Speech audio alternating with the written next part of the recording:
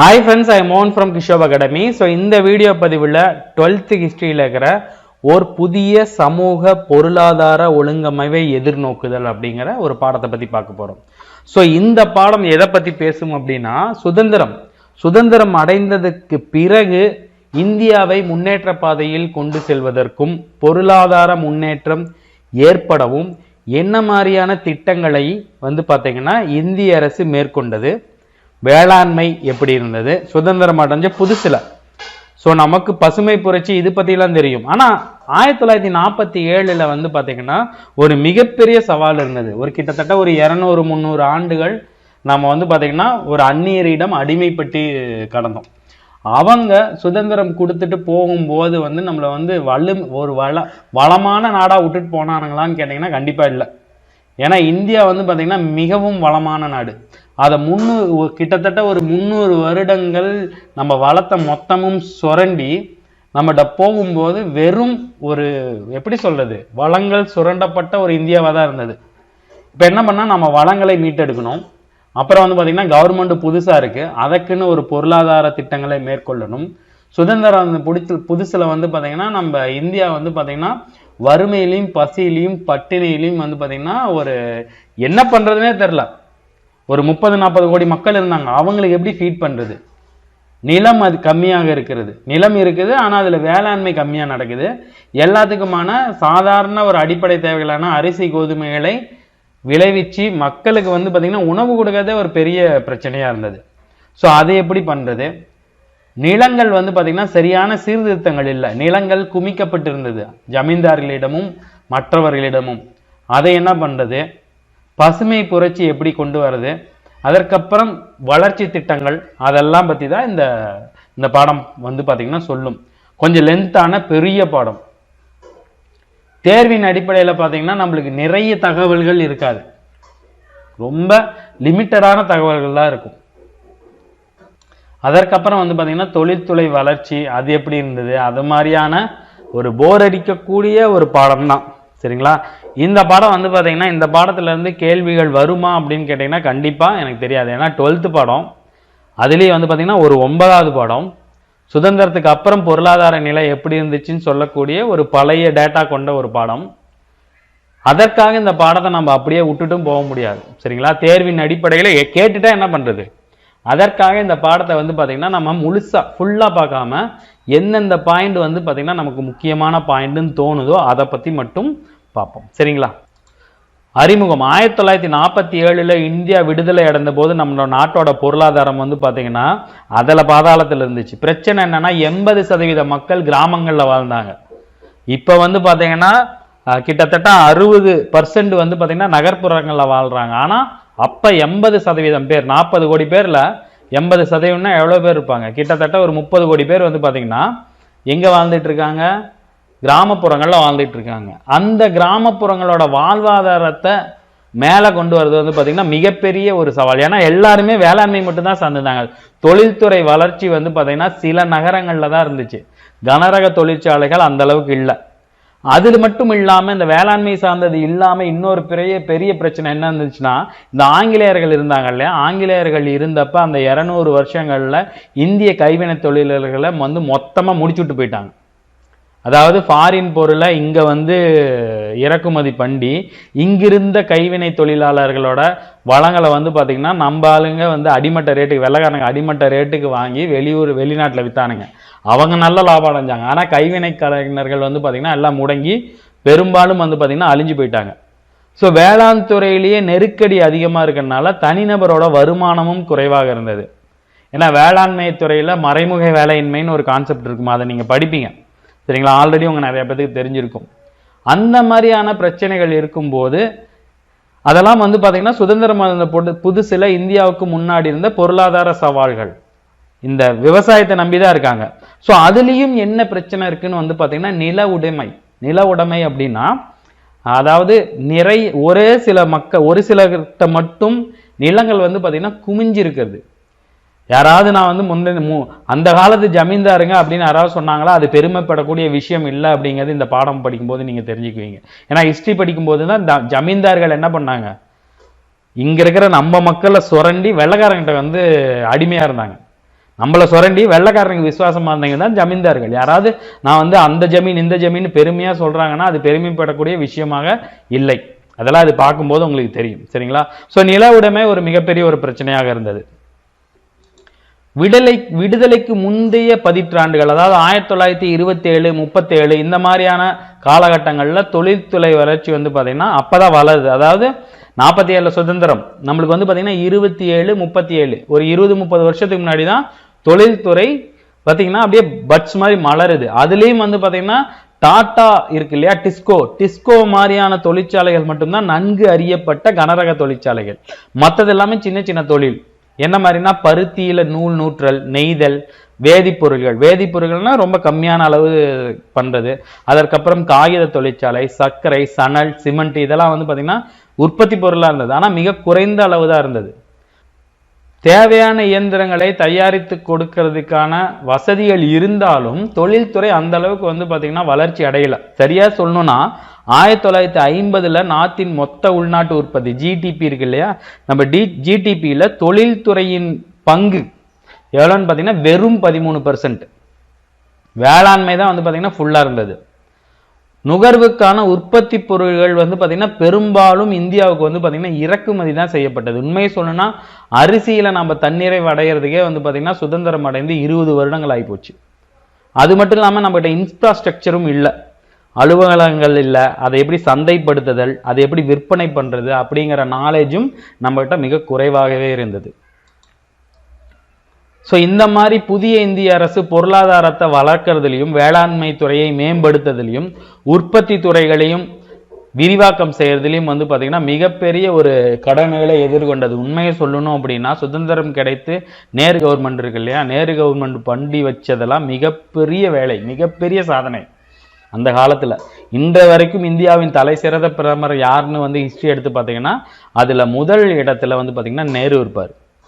ஏன்னா நேரு ஆரம்ப காலகட்டங்களில் இந்தியாவோட வளர்ச்சிக்காக மிகப்பெரிய விஷயங்களை பண்ணி வச்சுட்டு போயிருக்கு. அதெல்லாம் ஹிஸ்ட்ரி படிக்கும்போது தான் உங்களுக்கு தெரியும்.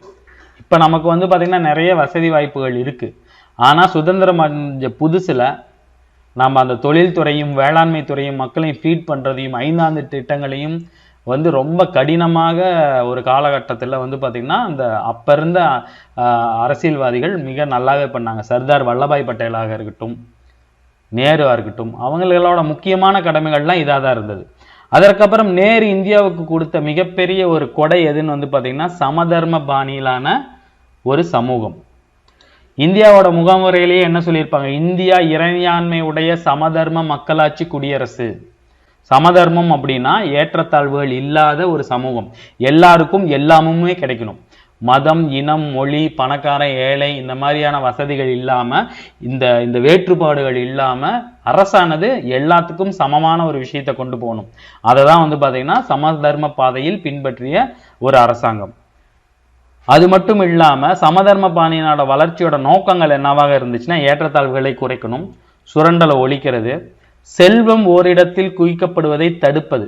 ஏன்னா ஆரம்ப காலகட்டங்களில் சுதந்திரம் அடையும் போது வெள்ளைக்காரனுக்கு சப்போர்ட்டாக யாராக இருந்தாங்களோ அவங்ககிட்ட மட்டும்தான் செல்வங்களும் நிலங்களும் குவிக்கப்பட்டிருந்தது. மற்றவங்க எல்லாருமே வந்து பார்த்திங்கன்னா ஒரு வேலையை செய்யக்கூடிய ஒரு உழைப்பாளர் வர்க்கமான ஒரு இந்தியாவாக தான் இருந்தது.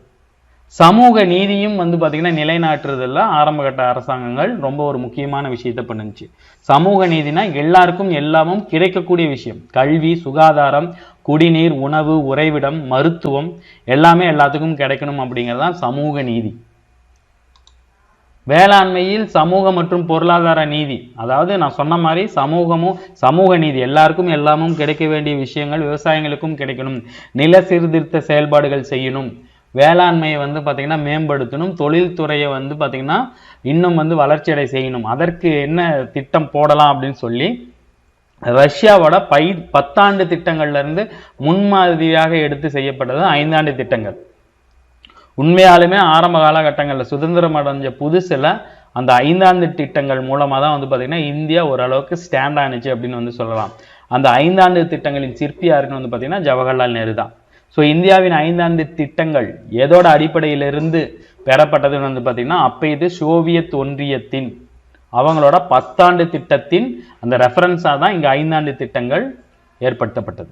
அதே மாதிரி இந்த செயல்பாடு திட்டங்கள் எல்லாமே வந்து பார்த்தீங்கன்னா அடித்தளமாக இருந்தது நேருவின் சமதர்மம் அப்படிங்கிற ஒரு கொள்கை. வேளாண் கொள்கை சுதந்திரம் பெற்ற போது நான் முன்னாடியே சொன்ன மாதிரி வேளாண்மை தான் நம்மளோட ஒரு முதுகெலும்பா இருந்தது.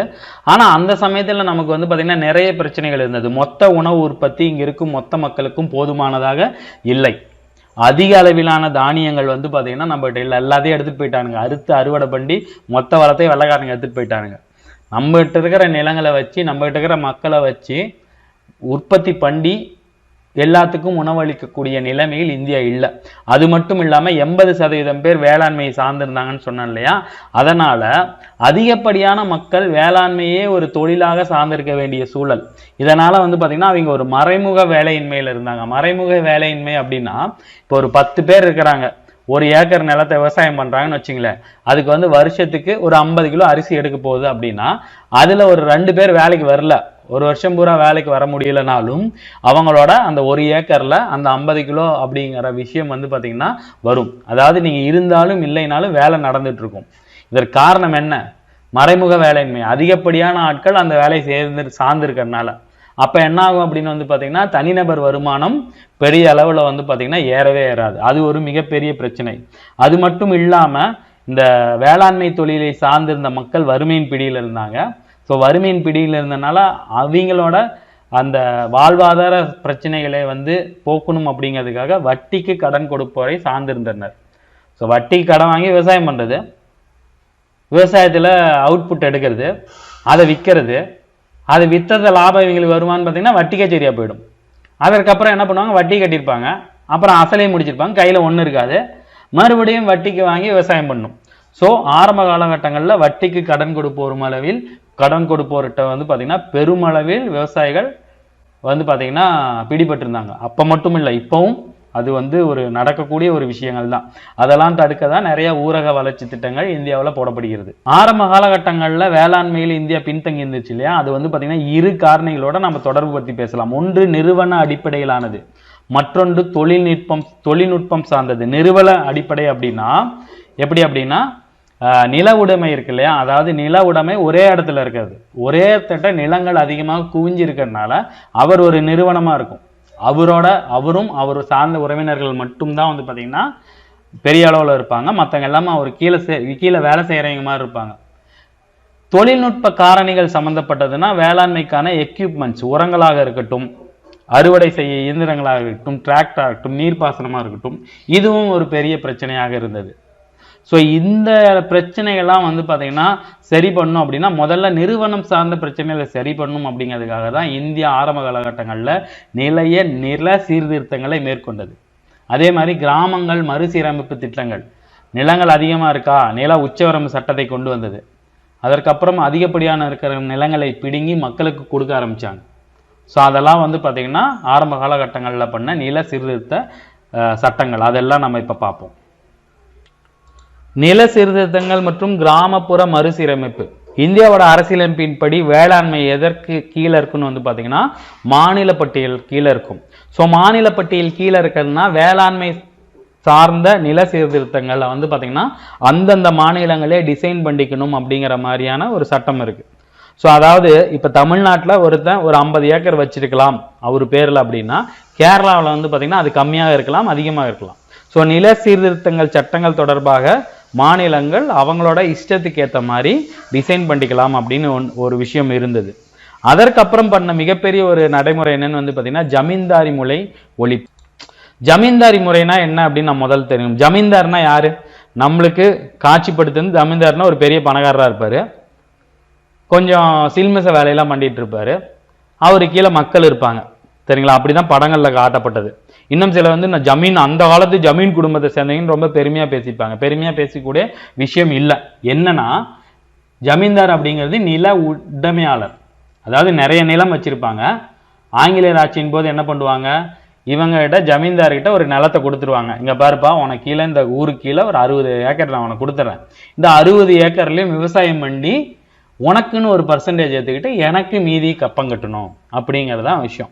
ஸோ இதற்காக இவங்க ஆங்கிலேயர்கிட்ட விசுவாசமா இருப்பாங்க. யார்? இந்த ஜமீன்தார்கள் ஆங்கிலேயர்கிட்ட விசுவாசமாக இருந்து நம்ம மக்களை வாட்டி வதைச்சு அவங்க மூலமா பொருட்களையும் அறுவடையும் செஞ்சு அவங்க தேவைக்கு முதல்ல ஜமீன்தார் எடுத்துக்கிட்டு மீதியை வெள்ளக்காரனுக்கு கப்பமாக கட்டிடுறது. இங்க வேலை செய்யறவனுக்கு ஏதாவது இங்க கொடுப்பான்னு பாத்தீங்கன்னா ரொம்ப குறைந்தபட்ச கூலி தான் கொடுத்து கொடுமைப்படுத்திட்டு இருந்தாங்க. இவங்க தான் வந்து பாத்தீங்கன்னா ஜமீன்தார்கள். அவர்கள் இந்த வெள்ளக்காரங்க அந்த ஜமீன்தார் கீழே நிலங்களை கொடுத்து அதன் மூலமா ஆதாயம் பெறாங்களே, அதுதான் வந்து பாத்தீங்கன்னா ஜமீன்தாரி முறை. ஸோ விவசாயிகளிடமிருந்து குத்தகையை வசூல் செய்து அரசுக்கு நிர்ணயம் செய்யப்பட்ட தொகையை நிலவரியாக செலுத்துறதா வந்து பாத்தீங்கன்னா ஜமீன்தாரோட வேலை. ஸோ அவங்களுக்கு பொறுத்தவரைக்கும் விவசாயிகிட்ட இருந்து அடித்தட்ட மக்கள்கிட்ட இருந்து நிலவரியை வாங்கியே ஆகணும். அவன் வசூல் பண்றான், வசூல் வருது, வெள்ளாம விளைஞ்சிச்சு, விலையில அவனுக்கு பணம் நிக்கல, அதெல்லாம் அவன் பிரச்சனையே கிடையாது. வெள்ளைக்காரன் அதை பத்தி கேட்கவே மாட்டான். ஸோ வெள்ளைக்காரனுக்கு இவங்க எப்படி சொல்றது, ஒரு அனுசரணையா நடந்துக்கணும் அப்படிங்கிறதுக்காக இடையில் இருந்த இடைத்தரகர்கள் தான் ஜமீன்தார்கள். ஸோ காங்கிரஸ் வந்து விடுதலை பெறதுக்கு முன்னாடியே நாங்கள் ஆட்சிக்கு வந்துட்டா ஜமீன்தாரி முறையை ஒழிப்போம் அப்படின்னு அவங்க தேர்தல் அறிக்கையில் ஒரு பகுதியாகவே அதை வச்சிருந்தாங்க. அந்த முறை இந்தியா சுதந்திரம் பெற்றதுக்கு அப்புறம் ஒழிக்கப்பட்டது. ஸோ இந்த ஜமீன்தாரி முறையை ஒழிக்க இந்திய அரசு, மாநில அரசுகள் வந்து பார்த்தீங்கன்னா நிறைய சட்டங்கள் ஏற்படுத்தினாங்க. அதில் ரொம்ப முக்கியமானது வந்து பார்த்தீங்கன்னா 1949 உத்தரப்பிரதேசம், மத்திய பிரதேசம், பீகார், சென்னை, அசாம், பம்பாய் இந்த மாதிரி இடங்கள்ல அறிமுகப்படுத்தப்பட்ட சட்டங்கள். அதற்கப்புறம் நிரந்தர நிலவரி சட்டம் முதல்ல பார்த்தீங்கன்னா வங்காளத்துல 1955 இயற்றப்பட்டது. இது வந்து பார்த்தீங்கன்னா ஜமீன்தார்கிட்ட இருந்த நிலங்கள் எடுக்கப்பட்டு மறுபடியும் குத்தகை கூட்டிருந்தாங்களே, அந்த குத்தகைக்காரர்களிடமே விநியோகம் செய்யப்பட்டது. ஓரளவுக்கு வந்து பார்த்தீங்கன்னா ஒரு சக்சஸ்ஃபுல்லான இந்த சட்டம் தான் இது. வந்து பார்த்தீங்கன்னா ஜமீன்தாருக்கு அதன் மூலமாக எவ்வளவு இழப்பீடு தொகை வழங்குறாங்களோ அதையும் அரசே வந்து பார்த்தீங்கன்னா நிர்ணயித்து அந்த இழப்பீடு தொகையும் வழங்குச்சு. ஸோ கேள்விகள் வரலாம். முதலில் நிரந்தர நிலவரி சட்டம் எங்க ஆரம்பிக்கப்பட்டதுன்னு வந்து பார்த்தீங்கன்னா வங்காளம் 1955, அதாவது சுதந்திரம் பெற்றதுக்கு பிறகு. அதற்கப்புறம் இந்திய அரசியலமைப்பு சட்டமும் வந்து பார்த்தீங்கன்னா இந்த ஜமீன்தாரி முறை ஒழிக்கிறத வந்து பார்த்தீங்கன்னா சட்டப்பூர்வ ஒரு தன்மையாக பண்ணாங்க. அதை எதிர்த்து நிறைய ஜமீன்தார்கள் கோர்ட்டு கேஸும் போனாங்க. அதனால இவங்களுக்கு பேசவே வாய்ப்பு கொடுக்கக்கூடாது அப்படிங்கிறதுக்காக இந்திய அரசியலமைப்பு சட்டத்தையே திருத்தினாங்க. அந்த திருத்தத்துக்கு அப்புறம் இந்த இழப்பீடு சம்பந்தமாவோ நாங்க தான் இந்த நிலத்தின் உரிமையாளர்கள் அப்படிங்கிற மாதிரி பேசுற மாதிரி அவங்களுக்கு வாய்ப்பே இல்லாம போனது. அதுல ரொம்ப முக்கியமான திருத்தங்கள் 1951 முதல் திருத்தமும் 55 4வது திருத்தமும். ஸோ நில சீர்திருத்தங்களில் ரொம்ப ஜமீன்தாரி முறை ஒழிப்பில் முக்கியமான திருத்தங்கள் எதுன்னு வந்து பார்த்தீங்கன்னா 1951 மேற்கொள்ளப்பட்ட இந்த ஜமீன்தாரி முறை ஒழிப்பு சீர்திருத்தம். அதற்கப்புறம் 4 வருடங்களுக்கு அடுத்து 55 ஒரு சீர்திருத்தம் பண்ணியிருப்பாங்க. இது ரெண்டும் ரொம்ப ரொம்ப முக்கியம். கடைசியா இப்படியே போயிட்டு இருந்தா 1956 வந்து பார்த்தீங்கன்னா இந்த ஜமீன்தாரி முறை ஒழிப்பு வந்து பார்த்தீங்கன்னா நிறைவு பெற்றது. இதன் மூலமா வந்து பார்த்தீங்கன்னா 30 லட்சம் குடியானவர்களுக்கும் குத்தகைக்காரர்களுக்கும் 62 லட்சம் ஹெக்டேர் நிலங்களுக்கு உரிமையாளர்களாக மாறியிருக்காங்க. அதாவது ஜமீன்தார்கிட்ட இருந்து பிடுங்கி 30 லட்சம் பேத்துக்கு 62 லட்சம் ஹெக்டேர் வந்து பார்த்தீங்கன்னா அரசு பிரிச்சு கொடுத்துச்சு. இதுக்கு ஈக்குவலா அந்த காலத்திலேயே ஜமீன்தார்களுக்கு வழங்கப்பட்ட இழப்பீடு தொகை எவ்வளவுனா 16,420 லட்சங்கள். எவ்வளவு பெரிய அமௌண்ட் பார்த்தீங்களா? ஸோ 4ல் ஒரு பங்கு அப்பயே பிரித்து கொடுக்கலாம். இன்னும் நிறைய பேர் வந்து பார்த்தீங்கன்னா இன்னும் வறுமையில தான் இருந்திருப்பாங்க. ஸோ இதெல்லாம் வந்து பார்த்தீங்கன்னா இந்த நில சீர்திருத்தத்தில் இந்திய அரசு மேற்கொண்ட முக்கியமான சீர்திருத்த விஷயங்கள். இதற்கு அப்புறம் வந்து பார்த்தீங்கன்னா இந்த குத்தகைக்காகவும் நிறைய சீர்திருத்த சட்டங்களை வந்து பார்த்தீங்கன்னா இந்தியா கொண்டு வந்தது. குத்தகை எப்படின்னா ஒரு நில உரிமையாளர்கிட்ட இருந்து விவசாயிகள் யாராவது ஒருத்தர் வந்து பார்த்தீங்கன்னா குத்தகைக்கு அந்த நிலத்தை எடுத்துப்பாங்க. அந்த நிலத்தை எடுத்து அவங்க விவசாயம் பண்ணும்போது விவசாயத்திலிருந்து அந்த விளைச்சலில் இத்தனை பங்கா அந்த நிலத்தோட உரிமையாளருக்கு கொடுத்துரும். அதுதான் வந்து பார்த்தீங்கன்னா குத்தகை முறை. இந்தியா வந்து சுதந்திரமா இருந்த புதுசுல இந்தியாவில் பயிரிடப்படும் மொத்த நிலத்தில் கிட்டத்தட்ட 50% நிலங்கள் வந்து பார்த்தீங்கன்னா குத்தகை முறையில் தான் கீழே இருந்தது. அதை கஷ்டப்பட்டு உழுது விவசாயம் செஞ்சு அறுவடை செய்யக்கூடிய அந்த மக்களிடம் இருந்து ஒரு குறிப்பிட்ட பங்கு வந்து பார்த்தீங்கன்னா நீங்கள் நில உரிமையாளருக்கு கொடுத்துடணும். இதுதான் வந்து பார்த்தீங்கன்னா குத்தகை முறைன்னு சொல்லுவாங்க. ஸோ இந்த குத்தகை முறையில் வந்து பார்த்தீங்கன்னா 1008 சுரண்டல்கள் இருந்தது. முதல்ல வந்து பார்த்தீங்கன்னா சிறிய நில உடைமையாளர்கள் தான் அதை வந்து பார்த்தீங்கன்னா குத்தகைக்கு எடுத்து அது இது பண்ணாங்க. அதற்கப்புறம் பணம் படைத்த பெரிய நில உடைமையாளர்களும் குத்தகைக்கு அவங்க நிறைய விவசாயம் பண்ணணும், நிறைய பணம் வேணும்னு குத்தகைக்கு எடுத்து மற்றவர்கள் வந்து அடிமையா வச்சு அவங்ககிட்ட இருந்து வேலை வாங்கினாங்க. சரிங்களா? ஸோ நிலத்தை குத்தகைக்கு எடுத்த எல்லாருமே நிலம் இல்லாத விவசாயிகளான்னு கேட்டிங்கன்னா கிடையாது. அதில் சிறு நில உடைமையாளர்களும் இருந்தாங்க, பணம் படைத்த அதிக பேரும் இருந்தாங்க. ஸோ இதில் என்ன பிரச்சனை அப்படின்னு வந்து பார்த்தீங்கன்னா, இப்போ நான் 1 ஏக்கர் விவசாயம் பண்ணுறேன்னு வச்சுங்களேன், 1 ஏக்கர் உங்ககிட்ட இருந்து குத்தகைக்கு வாங்கி அதை வந்து செலவு பண்ணி விவசாயம் பண்ணுறேன்னு வச்சுங்களேன். விவசாயம் பண்ணதுக்கப்புறம் அந்த விளைச்சலில் முழுசாக எடுத்துக்கிட்டு நான் ஒரு 10% அவருக்கு வந்து நில உடைமை கொடுத்தா அது எனக்கு லாபகரமாக இருக்கும்.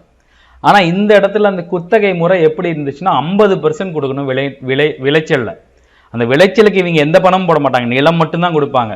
ஆனால் அதற்கான மூலப்பொருள்கள் அந்த விவசாயி தான் போடணும். விவசாயி போட்டு வேளாண்மை பண்ணி அறுவடை பண்ணால் 50% வந்து பார்த்தீங்கன்னா அந்த நில உடைமையாளர் கொடுக்கணும். எவ்வளவு பெரிய ஒரு கொடுமைன்னு பார்த்துங்க. ஸோ 50% இல்லை அதற்கு அதிகம் அப்படிங்கிறது வந்து பார்த்தீங்கன்னா குத்தகையில் ஏற்றுக்கொள்ள முடியாத ஒரு விஷயம். ஸோ இந்த குத்தகைக்கு அவங்க ஏதாவது பாண்டோ பத்திரமோ ஏதாவது ஒரு அக்ரிமெண்ட் போட்டுக்குவாங்கன்னா அதுவும் கிடையாது. ஸோ நீண்ட காலத்துக்கு கிட்டத்தட்ட ஒரு 10-15 வருஷத்துக்கு நீங்கள் ஒரு நிலத்தை எடுத்து காசு போட்டு விவசாயம் பண்ணி 50% அவங்களுக்கு கொடுத்துருந்தீங்கன்னா நிலக்காரனுக்கு நிலம் அப்படியே இருக்கும். ஆனால் அந்த விளைச்சல் 50 to 50க்கு மேலேங்கிறப்ப அதை பண்ணக்கூடிய ஒரு விவசாயிக்கு என்ன நிற்க போகுது? கடன் தான் நிற்கும். ஸோ அதுதான் வந்து பார்த்தீங்கன்னா குத்தகை முறைகளில் இருந்த மிகப்பெரிய டிராபேக்கு. இதில் இன்னொரு பிரச்சனை என்னென்னா, முன்னாடியே சொன்ன மாதிரி எந்த அக்ரிமெண்ட்டும் போடல அப்படிங்கிறப்ப இவங்க ஏதாவது கம்மியாக கொடுக்குறாங்க இல்லை கொடுக்க மறுக்கிறாங்க அப்படிங்கிறப்ப எப்போ வேண்டாலும் அவர்கள் அந்த நிலத்திலிருந்து வெளியேற்றப்படலாம். ஸோ விவசாயியை பாதுகாக்கணும், குத்தகையத்தை சீர்திருத்தணும் அப்படிங்கிறதுக்கு அரசு வந்து பார்த்திங்கன்னா குத்தகை முறை வந்து பார்த்திங்கன்னா திறனற்றது அப்படிங்கிற ஒரு முடிவுக்கு வந்து 2வது நிலத்தை மேம்படுத்தணும், அதே முதலீடு செய்யணும் அப்படிங்கிற அக்கறை இல்லாமல் போயிடும் குத்தகை முறையை தூக்குனா. ஸோ குத்தகை முறையை நம்ம கண்டுக்காம விட்டுட்டா அது விவசாயிகளுக்கு பாதிப்பு. குத்தகை முறையை தூக்கிட்டோம் அப்படின்னா நான் எதுக்குப்பா கஷ்டப்பட்டு குத்தகைக்கு ஒருத்தனை கம்மியாக விட்டு அவங்க அண்டி அதனால் நிலம் தரிசாவே கிடைக்கட்டும்னு போயிடுவாங்க. ஸோ அதுவும் ஒரு பிரச்சனை அப்படின்றனால என்ன பண்ணாங்கன்னா குத்தகைக்காரருக்கும் அந்த நில உடைமையாளருக்கும் சேர்ந்த லாபகரமான ஒரு விஷயமா இருக்கிற மாதிரி சில சீர்திருத்த சட்டங்கள் கொண்டு வந்தாங்க. அது வந்து பார்த்தீங்கன்னா 3 முக்கியமான சட்டங்கள் 3 இலக்குகளை கொண்டது. ஃபர்ஸ்ட் வந்து பார்த்தீங்கன்னா குத்தகை முறையை முறைப்படுத்துவது, அது வந்து பார்த்தீங்கன்னா ஒரு ஸ்ட்ரீம் லைனுக்கு கொண்டு வரணும். அடுத்து வந்து பார்த்தீங்கன்னா குத்தகைக்காரர்களின் உரிமையை பாதுகாப்பது. குத்தகைக்காரர்கள்னா குத்தகைக்கு எடுத்திருப்பான் இல்லையா அந்த ஏழை விவசாயியோ அல்லது சிறு நில உடைமையாளரோ அவங்களோட உரிமைகளை பாதுகாக்கணும். அடுத்து வந்து பார்த்தீங்கன்னா நில உடைமையாளர்கள் வந்து நிலங்களை பறிமுதல் செய்து அவற்றுக்கான உரிமையை குத்தகைக்காரர்களுக்கு அளிப்பது. இத்தனை வருஷமா வெள்ளைக்காரனுக்கு நீ ஜால்ரா போட்டுக்கிட்டு நிலத்தை குத்தகை விட்டு சந்தோஷமா இருந்த, இதற்கப்புறம் சுதந்திரம் பெற்றதுக்கு அப்புறம் அவன்கிட்ட இருந்து நிலத்தை பிடுங்கி குத்தகைக்காரனுக்கு கொடுங்க. நீ ஒரு 20 வருஷமா இது நிலத்தை நீ தான் வந்து பாதுகாத்துக்கிட்டு இருக்கியா, நீ தான் வந்து பார்த்தீங்கன்னா இதை வளப்படுத்திருக்கியா, இந்த நிலம் உனக்கு அப்படிங்கிற மாதிரி குத்தகைக்கார நில உடைமையாளர் இருந்து நிலத்தை பிடுங்கி குத்தகைக்காரர்களுக்கு கொடுக்குறது. இந்த 3 இலக்குகளை தான் வச்சிருந்தாங்க. ஸோ இதை வந்து பார்த்தீங்கன்னா மாநிலங்களில் குத்தகை முறைப்படுத்தப்பட்டு விளைச்சலில் 4ல் 1 பங்காக இருந்தது. அதாவது எப்படின்னா 4ல் 1 பங்கு கொடுக்கணும் அப்படிங்கிறத 3ல் 1 பங்காக மாற்றப்பட சட்டங்கள் இயற்றப்பட்டன. ஸோ இது வந்து பார்த்தீங்கன்னா இந்த முறை குத்தகை முறைப்படுத்தும் அந்த முறை வந்து பார்த்தீங்கன்னா சக்ஸஸாக இருந்துச்சுன்னு பார்த்தீங்கன்னா இல்லை. ஏன் அப்படின்னா அழிப்பை காட்டிலும் தேவை அதிகமாக இருந்துச்சு. நிலங்களோட வேலை செய்கிற விவசாயிகளோட எண்ணிக்கை நிலங்களோட அதிகமாக இருந்ததுனால அதை கட்டுப்படுத்துகிற முறை எப்படி பண்ணுறதுன்னு அரசாங்கத்துக்கு தெரியல. அதன் மட்டும் இல்லாமல் மறைமுகமாக குத்தகை தொகை உயர்த்தப்பட்டது. குத்தகைக்கு கவர்மெண்ட் ஒரு ரேட்டு சொல்லும், அதுக்கு ஒத்துக்கிட்டு அந்த பக்கம் வந்து நில உடைமையாளர் குத்தகையாளர்கிட்ட இன்னொரு அதிகபட்ச ரேட்டு வாங்குவாங்க. இது எல்லாமே ஒரு பிரச்சனையாகவே இருந்துகிட்டு இருந்துச்சு. ஸோ அது மட்டும் இல்லாமல் என்னதான் கவர்மெண்ட் நமக்கு வந்து பார்த்தீங்கன்னா சப்போர்ட்டாக இருந்தாலும் நாம நில உடைமையாளர்கள் அல்ல, குத்தகைக்காரன் தான். இவங்ககிட்ட நம்ம ஏதாவது கவர்மெண்டோட பேச்சை கேட்டுக்கிட்டு நம்ம இவங்ககிட்ட ஏதாவது ராங்கு பண்ணால் நம்மள ஏன்னா வந்து பார்த்தீங்கன்னா நிலத்தை விட்டு எப்போனாலும் துரத்திடுவாங்கிற பயமும் இருந்தது. அது மட்டும் இல்லாமல் சொந்தமாக விவசாயம் செய்வதாக குத்தகைக்காரர்கள் சொன்னாலும் இந்த நில உடைமையாளர்கள் என்ன சொன்னாங்கன்னா இவங்க எங்களுக்கு கீழே வேலை செய்கிற வேலைக்காரர்கள் தான் அப்படிங்கிற ஒரு மனநிலையில் தான் இருந்தாங்க. இது எல்லாமே ஏன் தோத்துக்கிட்டே வந்தது? இந்த குத்தகை சீர்திருத்த சட்டம் வந்து எந்த ஒரு ஸ்டெப் வச்சாலும் ஒரு ஸ்டெப் வச்சா பின்னாடி ஒரு 10 ஸ்டெப்பு கீழே இறங்கிறதுக்கு காரணம் நில உச்சவரம்பு சட்டம் என்றது அப்போ ஆரம்பத்தில் இல்லை. நில உச்சவரம்பு சட்டம்னா ஒருத்தர் இவ்வளவு நிலம் தான் வச்சுக்கணும், இதுதான் வரம்பு அப்படிங்கிற சொல்ற சட்டம். அது வந்து பார்த்தீங்கன்னா சுதந்திரமான புதுசில் இல்லை. அதனால தான் இவங்களுக்கு வந்து இந்த பிரச்சனை இருந்துச்சு. சில நடவடிக்கைகள் அதாவது கேரளாவிலையும் மேற்கு வங்கத்திலையும் மட்டும் ஏற்படுத்தப்பட்ட அந்த குத்தகை சட்டங்கள் வந்து பார்த்தீங்கன்னா ஒரு வெற்றி பெற்றது. மற்ற பக்கம் வந்து பார்த்தீங்கன்னா எங்கேயுமே வெற்றி பெறவில்லை. அதுக்காக என்ன பண்ணாங்க, நில பிரபுத்துவத்தை ஒழிக்கணும், நிலங்கள் அதிகமாக இருக்கிறவன்ட்ட பிடுங்கி இல்லாதவன்ட்ட கொடுக்கணும் அப்படிங்கிற விஷயத்துக்கு வந்தாங்க. அதற்கப்புறம் தான் வந்து பார்த்தீங்கன்னா நில உச்சவரம்பு சட்டம் அப்படிங்கிறத இந்தியாவில் கொண்டு வந்தாங்க. நில உச்சவரம்பு சட்டம்னா முன்னாடி சொன்ன மாதிரி ஒரு தனிநபர் அதிகபட்சமாக எவ்வளவு நிலம் வச்சுக்கலாம் அப்படிங்கிறத குறிப்பிடுவது. இது எப்ப இருந்து சொன்னாங்கன்னா 1950 சுதந்திரம் பெற்று குடியரசு ஆண்டுக்கு அப்புறம் தான் முதன் முறையாக இந்த சட்டங்கள் இயற்றப்பட்டது. தமிழ்நாட்டில் வந்து பார்த்தீங்கன்னா 1961 ரொம்ப முக்கியமான ஒரு பாயிண்ட் நோட் பண்ணி வச்சுக்கோங்க. தமிழ்நாட்டில் நில உச்சவரம்பு சட்டம் இயற்றப்பட்ட ஆண்டு 1961. 1972 வரை நில உரிமையாளர்கள் எவ்வளவு நிலங்களை சொந்தமாக வைத்துக் கொள்ளலாம் அப்படின்னு ஒரு நிர்ணயம் இருந்தது. 72க்கு பின்னாடி குடும்பம் ஒருத்தர் இத்தனை குடும்பம் இருக்குன்னா அதற்கேற்ற மாதிரி தான் அவங்க வந்து பார்த்தீங்கன்னா நிலங்களை வச்சுக்கணும் அப்படிங்கிற மாதிரி சட்டங்களை மாற்றினாங்க. ஸோ அது மட்டும் இல்லாமல் இந்த நில உச்சவரம்பு சட்டத்தை இயற்றுவதில் வந்து பார்த்தீங்கன்னா நிறைய பிரச்சனை இருந்துச்சு. இப்போ ஒருத்தர் வந்து பார்த்தீங்கன்னா ஒரு 20 ஏக்கர் வச்சிருக்காரு, ஆனால் தரிசு நிலம் ஒரு பயனும் இல்லை. இதுவே அவர் வந்து பார்த்தீங்கன்னா ஒரு 5 ஏக்கர் மட்டும் நல்ல நிலம், ஒரு 20 ஏக்கர் தரிசு நிலம்னா அவர்கிட்ட இருந்து எந்த பேசிஸில் நீங்கள் நிலம் பிடுங்குவீங்க? ஸோ நீர்ப்பாசன நிலனா என்ன, மானாவரி நிலனா என்ன, ஒருபோக நிலம், பலபோக நிலம், இருபோக நிலங்கள், இதெல்லாம் வேறுபடுத்தினாதான் இந்த உச்சவரம்பு சட்டத்தை வந்து பார்த்தீங்கன்னா ஒரு ஸ்ட்ரீம்லைன் கொண்டு வர முடியும் அப்படிங்கிறது கவர்மெண்ட்டுக்கு தெரிஞ்சு கணக்கெடுக்க ஆரம்பிச்சாங்க. ஸோ அதன் பிரகாரம் உச்சவரம்பு சட்டம் இயற்றப்பட்டது. அதுலேயும் வந்து பார்த்தீங்கன்னா சில விதிவிலக்கும் இருந்தது. வழக்கம் சொல்லணும்னா பழத்தோட்டம், காய்கறி, மேய்ச்சல் நிலங்கள், கரும்பு நிலங்கள், இந்த மாதிரியான நிலங்களுக்கெல்லாம் உச்சவரம்பு சட்டம் இருந்தது. மற்ற சட்டங்களுக்கெல்லாம் வந்து கம்மியாக இருந்தது. அதாவது நல்லா இருபோகம் விளையிறத வந்து பார்த்தீங்கன்னா கொஞ்சமாக வச்சிருக்கலாம், தரிசு நிலத்தை அதிகமாக கூட வச்சிருக்கலாம் அப்படிங்கிற மாதிரியான சில விதிவிலக்குகள் கொண்டு வந்தாங்க. இதில் வந்து பார்த்தீங்கன்னா இறுதியில் இந்த நில உச்சவரம்பு சட்டத்தோட இறுதியில் கிட்டத்தட்ட 65 லட்சம் ஹெக்டேர் நிலம் மட்டுமே உபரி நிலமாக கையகப்படுத்தப்பட்டது. அதாவது 62 லட்சம் ஹெக்டேர் நிலம் மட்டும்தான் உபரி நிலம். அது என்ன பண்ணாங்க அப்படின்னா 55 லட்சம் குத்தகைக்காரர்களுக்கு தலா ஒரு ஹெக்டருக்கு சற்றே கூடுதலான நிலம் விநியோகம் செய்யப்பட்டது. 65 லட்சம் ஹெக்டரை பிடுங்கி 55 லட்சம் விவசாயிகளுக்கு வந்து பார்த்தீங்கன்னா பிரித்து கொடுத்துருக்காங்க. அதாவது 1.25 ஹெக்டர் அப்படிங்கிற மாதிரி பிரித்து கொடுத்துருக்காங்க. இந்த நிலவரம்பு சட்டத்தில் இன்னொரு முக்கியமான ஒரு மூமெண்ட் எதுன்னு வந்து பார்த்தீங்கன்னா பூமிதான இயக்கம். இந்த ஆச்சாரிய வினோபாவே அப்படின்னு ஒருத்தர் இருப்பார், இவர் தான் இந்த தனிநபர் சத்தியாகிரகம். அவர் பண்ண இன்னொரு மிகப்பெரிய ஒரு இயக்கம் என்னன்னு வந்து பார்த்தீங்கன்னா பூமிதான இயக்கம், பூதான் மூமெண்ட் அப்படின்னு சொல்லுவாங்க. அதாவது அதிகமாக நிலம் வைத்திருக்கக்கூடிய நில உரிமையாளர்கள் என்னன்னா அவங்களா முன் வந்து கவர்மெண்ட்டுக்கு வந்து பார்த்தீங்கன்னா அதை கொடுக்கணும் அப்படிங்கிறதா வந்து பார்த்தீங்கன்னா பூமிதான இயக்கம். அதை தொடங்கினவர் யாருன்னு வந்து பார்த்தீங்கன்னா வினோபாவை. இது வந்து பார்த்தீங்கன்னா நிறைய டிஎன்பிசியில் பழைய டிஎன்பிசியில் கேட்ட கேள்வி தான். பூமிதான இயக்கத்தை கொண்டு வந்தவர் யாருன்னு வந்து பார்த்தீங்கன்னா வினோபா பாவே, இவர் தான் அவர். ஸோ இந்த வேளாண் சீர்திருத்த சட்டம், அப்புறம் வந்து பார்த்தீங்கன்னா நில சீர்திருத்த சட்டம், அப்புறம் வந்து பார்த்தீங்கன்னா குத்தகை சீர்திருத்த சட்டம், அதுக்கப்புறம் ஜமீன்தாரி முறை ஒழிப்பு, இதெல்லாம் ஒட்டு மொத்தமாக நீங்கள் மதிப்பீடு பண்ணிங்கன்னா இந்தியா சுதந்திரம் அடைந்த பிறகு இந்த சட்டங்கள்லாம் கடுமையாக ஏற்றப்பட்டு நிறைய நில உடைமையாளர்ந்து நிலங்கள் பிடுங்கப்பட்டு குத்தகைக்காரர்களுக்கும் ஏழை மக்களுக்கும் கொடுக்கப்பட்டது அப்படிங்கிறது ஓரளவுக்கு வந்து பார்த்தீங்கன்னா ஏற்றுக்கொள்ளக்கூடிய ஒரு மதிப்பீடு தான். அதை தான் வந்து கொடுத்துருக்காங்க இதில். ஸோ இதற்கப்புறம் வந்து பார்த்தீங்கன்னா வேளாண்மையோட வளர்ச்சி. இது வரைக்கும் வந்து வேளாண்மை எந்த நிலைமையில் இருந்தது, சுதந்திரம் ஆவதுக்கு முன்னாடி என்ன நிலைமையில் இருந்தது, சுதந்திரம் பெற்றதுக்கு பிறகு எந்த நிலைமையில் இருந்தாங்க, எத்தனை சதவீத மக்கள் அந்த வேளாண்மையை நம்பி இருந்தாங்க, அந்த வேளாண்மையில் ஆரம்பத்தில் இருந்த பிரச்சனைகள், அதற்கப்புறம் அந்த நிலங்கள் ஒரே பக்கம் குவிக்கப்பட்டு இருந்ததுனால அதை எல்லாத்துக்கும் பிரித்து கொடுக்கணும் அப்படிங்கிறதுக்காக இயற்றப்பட்ட நில சீர்திருத்த சட்டங்கள், எந்தெந்த பகுதியில் எந்தெந்த சட்டங்கள் ஏற்படுத்தப்பட்டது அப்படிங்கிறத தெளிவாக கொடுத்துருப்பாங்க. அதற்கப்புறம் குத்தகை சீர்திருத்த சட்டங்கள், அதன் மதிப்பீடு என்ன அப்படின்னு கொடுத்துருப்பாங்க. இதற்கப்புறம் வந்து பார்த்தீங்கன்னா வேளாண்மையோட வளர்ச்சி. 1950க்கு அப்புறம் இந்திய மக்களுக்கு எல்லாத்துக்குமே உணவளிக்கணும் அப்படிங்கிறதுக்காக கவர்மெண்ட் நிறைய ஸ்கீமை கொண்டு வந்துச்சு. அதில் ஒரு முக்கியமான ஒரு முயற்சி தான் வந்து பார்த்தீங்கன்னா பசுமை புரட்சி.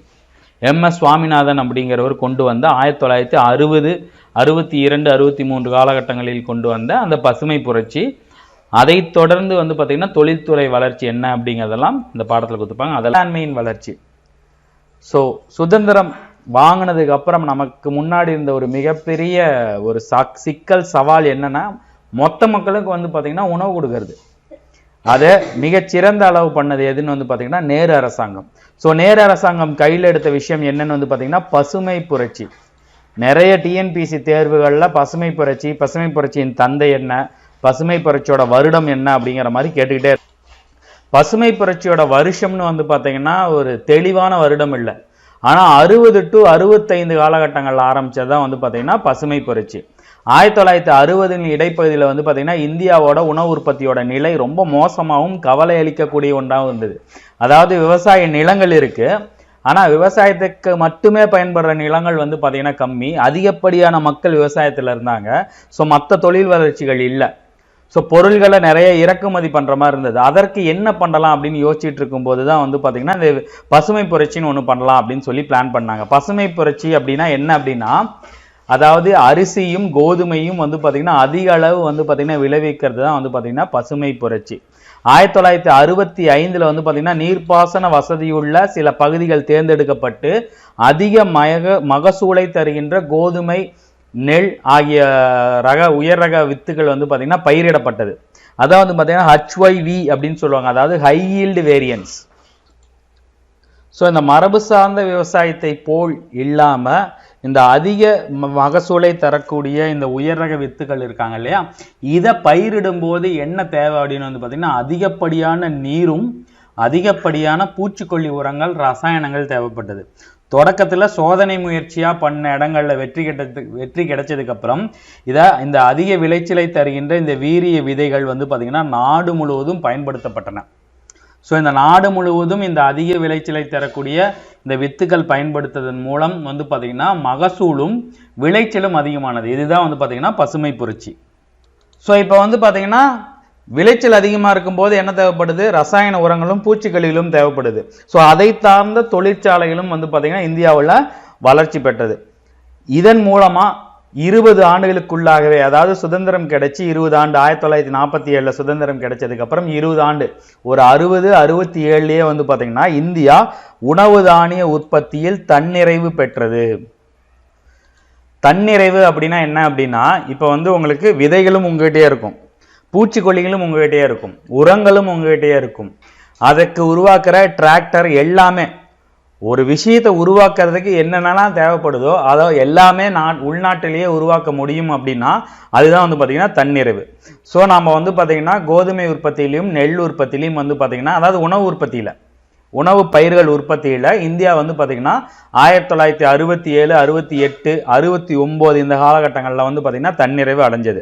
1960 to 61 35 மில்லியன் டன்களாக இருந்த மொத்த அரிசியோட உற்பத்தி 2011-12 104 மில்லியன் டன்களாக வந்து பார்த்தீங்கன்னா உற்பத்தி அடைஞ்சது. ஸோ எவ்வளோ பெரிய வளர்ச்சி பாருங்க. அதற்கப்புறம் கோதுமை உற்பத்தி வந்து பார்த்தீங்கன்னா 13 டன்னுல இருந்து 94 மில்லியன் டன்களாக வளர்ச்சி அடைந்தது. இதுதான் வந்து பார்த்தீங்கன்னா பசுமை புரட்சி கிடைத்த மிகப்பெரிய ஒரு வெற்றி. ஸோ உணவு உற்பத்தி அதிகமானதுக்கு அப்புறம் அதை வந்து பார்த்தீங்கன்னா விவசாயிகளிடமிருந்து அரசே நேரடியாக கொள்முதல் பண்ணி அதற்கான பப்பர்ஸ்ன்னு சொல்லுவாங்க சரிங்களா, அந்த இடத்துல வந்து பார்த்தீங்கன்னா ஸ்டோரும் பண்ண ஆரம்பிச்சாங்க. உணவு கழகம், ஃபுட் கார்பரேஷன் ஆஃப் இந்தியா இருக்கு இல்லையா, அவங்களுக்கு உணவு சேமிப்பு கடங்கு வந்து பார்த்தீங்கன்னா நிறைய வந்து வாங்கி அதில் இதெல்லாம் வந்து பார்த்தீங்கன்னா சேமிக்க ஆரம்பிச்சாங்க. அதை தொடர்ந்து இம்ப்ளிமெண்ட் பண்ணப்பட்டதான் வந்து பார்த்தீங்கன்னா இந்த BDS சிஸ்டம், அதாவது பப்ளிக் டிஸ்ட்ரிபியூஷன் சிஸ்டம், பொது விநியோக திட்டம்னு சொல்லுவாங்க இல்லையா. அதாவது இந்த ரேஷன் கடையெல்லாம் வந்து அரிசி போடுறாங்க இல்லையா, அரிசி கோதுமையெல்லாம் ஃப்ரீயாக போடுறாங்கல்ல, அதுதான் வந்து பார்த்தீங்கன்னா பொது விநியோக திட்டம். அதன்படி அந்த பஃபர்லேருந்து எடுத்து, அதாவது உணவு சேமிப்பு கிடங்குலேருந்து எடுத்து மக்களுக்கு வந்து பார்த்தீங்கன்னா பொது விநியோக திட்டத்தின் கீழே வந்து பார்த்தீங்கன்னா அரிசியும் கோதுமையும் வழங்கப்பட்டது. இந்த பசுமை புரட்சியின் இன்னொரு பிரிவாக வந்து பார்த்தீங்கன்னா வெண்மை புரட்சி. அதுதான் வந்து பார்த்தீங்கன்னா இந்த பால், முட்டை இதோட உற்பத்தியும் வந்து பார்த்தீங்கன்னா அதிகரிச்சிச்சு. உண்மையை சொல்லணும் அப்படின்னு வந்து பார்த்தீங்கன்னா இந்தியாவில் இருக்கிற குழந்தைகளோட புரோட்டீன் தேவையை ஓரளவுக்கு நிறைவு செய்யக்கூடிய விஷயங்கள் எதுன்னு வந்து பார்த்தீங்கன்னா இந்த முட்டையும் பால் தான். ஸோ அதோட வளர்ச்சியும் அதிகமாக இருந்தனால தான் இப்போ எல்லா குழந்தைங்களுக்கும் வந்து பார்த்தீங்கன்னா சத்துணவு, அதாவது ஸ்கூல்லேயே வந்து பார்த்தீங்கன்னா முட்டை போடுற அளவுக்கு வந்து பார்த்தீங்கன்னா நம்மளோட இது வளர்ந்துருக்கு. இந்த பசுமை புரட்சி வந்து பார்த்தீங்கன்னா ஓரளவுக்கு வெற்றிகரமாக இருந்த போதிலும் இதன் மூலமாக வந்து பார்த்தீங்கன்னா சில பல எதிர்விளைவுகளும் இருந்துச்சு, அதாவது நெகட்டிவ் ஃபேக்டர் வந்துச்சு. ஃபர்ஸ்ட் வந்து பார்த்தீங்கன்னா வசதி வாய்ப்புகள் நிறைந்த பகுதிகள், வசதி வாய்ப்புகள் குறைந்த பகுதிகள் அப்படிங்கிற இடம் வந்து உருவானது. ஸோ அந்த ஏற்றத்தாழ்வுகள் அதிகரிக்கவும் வந்து பார்த்தீங்கன்னா இந்த பசுமை புரட்சி ஒரு காரணமாக இருந்தது. நாம் பேஸ் பண்ண இன்னொரு மிகப்பெரிய ஒரு பிரச்சனை என்னன்னு வந்து பார்த்தீங்கன்னா, இந்த பசுமை புரட்சி அப்போ வந்து பார்த்தீங்கன்னா அதிக அளவு ரசாயன உரங்களும் பூச்சிக்கொல்லி மருந்துகளும் பயன்படுத்தப்பட்ட பழக்கம் அதிகமானது. அதுக்கு முன்னாடி வந்து பார்த்தீங்கன்னா மரபு சார்ந்த விவசாய முறை, இயற்கை வேளாண்மை தான் இருந்தாங்க. பசுமை புரட்சியின் பொறுத்து வந்து பார்த்தீங்கன்னா இந்த பூச்சிக்கொல்லி உரங்களும் ரசாயன உரங்களும் வந்து பார்த்தீங்கன்னா அதிக அளவு உற்பத்தி பண்ணப்பட்டு பயன்படுத்தப்பட்டது. இதனால வந்து பார்த்தீங்கன்னா சூழ்நிலை சார்ந்த பெரிய பிரச்சனைகளும் வர ஆரம்பிச்சிச்சு. இது வந்து பார்த்தீங்கன்னா ஒரு மிகப்பெரிய ஒரு டிராபேக் தான். ஊரக வளர்ச்சி திட்டங்கள், இந்த பசுமை புரட்சி தொடர்ந்து வந்து பார்த்தீங்கன்னா என்னதான் இதெல்லாம் நடந்து எல்லாத்துக்கும் உணவு கொடுக்குற மாதிரி இருந்தாலும் அவங்க வந்து பார்த்தீங்கன்னா விவசாயத்தை இல்லாமல் மற்ற விஷயங்கள்லையும் வந்து பார்த்தீங்கன்னா இந்த ஊரக பகுதிகளில் வளர்ச்சி அடைய வைக்கணும். ஏன்னா நம்ம என்னதான் சில விஷயங்கள் பண்ணாலும் வறுமை மட்டும் குறையவே மாட்டேங்குது. இந்த வறுமை பிரச்சனை தீர்க்கணுங்கிறதுக்காக நிறைய ஊரக வளர்ச்சி திட்டங்கள் அறிமுகப்படுத்தப்பட்டன. அதில் வந்து பார்த்தீங்கன்னா 2 முக்கியமான திட்டங்கள் இருக்கு. அதில் வந்து தலையாய திட்டம் எதுன்னு வந்து பார்த்தீங்கன்னா இந்த மகாத்மா காந்தி ஊரக வேலைவாய்ப்பு உறுதி திட்டம் இப்போ வரைக்கும் செயல்படுத்தப்பட்டு இருக்கு. நம்ம வந்து எல்லாத்துக்கும் புரியுற மாதிரி சொல்லணும்னு வந்து பார்த்தீங்கன்னா இந்த 100 நாள் வேலை திட்டம் 1970 வந்து பார்த்தீங்கன்னா தொழில்துறையும் வேளாண்மை துறையும் ஓரளவுக்கு வளர்ந்ததுக்கு அப்புறம் வறுமையும் குறைவில்லை. வறுமை கோட்டில் இருக்கிற மக்களோட எண்ணிக்கை கூடிக்கிட்டு தான் போகுது. வறுமை கோடு அப்படின்னா ஒரு மனிதன் தனக்கு டெய்லியும் எடுத்துக்கொள்ளக்கூடிய சராசரி கலோரி உணவுகளை எடுத்துக்கொள்ள முடியாத இருக்கிற நிலை தான் வந்து பார்த்தீங்கன்னா வறுமை கோட்டுக்கு கீழே இருக்கிற நிலை. சரிங்களா? 2200 கலோரி 2400 கலோரின்னு இருக்கும். சரிங்களா? இதற்கு காரணம் என்னன்னு வந்து பார்த்தீங்கன்னா நிறைய ஊரக வளர்ச்சி திட்டங்கள் நிறைய விஷயங்கள் பண்ணாலும் மக்கள் தொகை ஒரு பக்கம் உயர வறுமை கோட்டில் இருக்கிற மக்களோட எண்ணிக்கையும் வந்து பார்த்தீங்கன்னா உயர்ந்துகிட்டே வருது. அது இப்போ வரைக்கும் வந்து பார்த்தீங்கன்னா குறைய வைக்கிறதுக்கான முயற்சியை தான் இந்திய அரசு அப்போ இருந்து இப்போ வரைக்கும் முயற்சி பண்ணிட்டு இருக்காங்க. ஸோ அதற்கான நிறைய வளர்ச்சி திட்டங்கள் போட்டாங்க. ஸோ அதில் 2 முக்கியமான திட்டங்கள் எதுன்னு வந்து பார்த்தீங்கன்னா ஒருங்கிணைந்த ஊரக வளர்ச்சி திட்டம் IRDPன்னு சொல்லுவாங்க. 1980 to 99 ரொம்ப முக்கியமான திட்டங்கள்.